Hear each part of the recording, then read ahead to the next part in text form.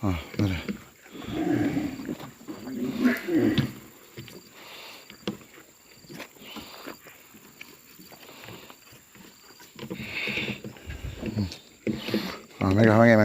Megah anak pada Humairah ni. Tu, macam tu. Okey, macam tu. Mai Sarudin. Sarudin mai sini. Ni. Sarudin masuk dalam tu. Poncong. Cepat. Sarudin masuk poncong dalam tu. Sarudin masuk poncong dalam tu. Bagi Sarudin masuk poncong dalam tu. Jilat. Weh, jilat lah.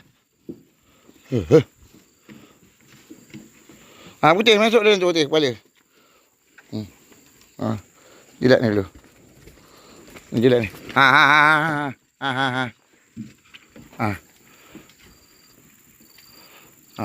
Tu kena sepak dia. Kau nampak tu, kena sepak tu muka dia. Sudah. Dia tu memang kena sepak semua tu.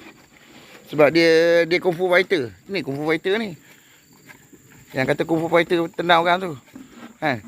Ni kung fu fighter. Yang ada kecederaan daripada yang budak curi lembu tu kan. Elok dia lumpuh. Banyak dia curi tu. Daripada tok dia sampai ayah dia sampai tu. Esok anak dia pula mari curi. Kerja ni macam mana? Sistem dia. Ni kena teknok ni. Teknok menteri besar ni kena teknok tu benda tu. Bagi comel dekat. Comel rindu tu. Comel dah berapa hari dah comel ni. Kau berapa hari tak balik ni comel? Kumpulan sedikit dak itu. Kau jangan marah dia, marah. Hey. Main comel. Main kau tu Liza. Anak comel. Cepat.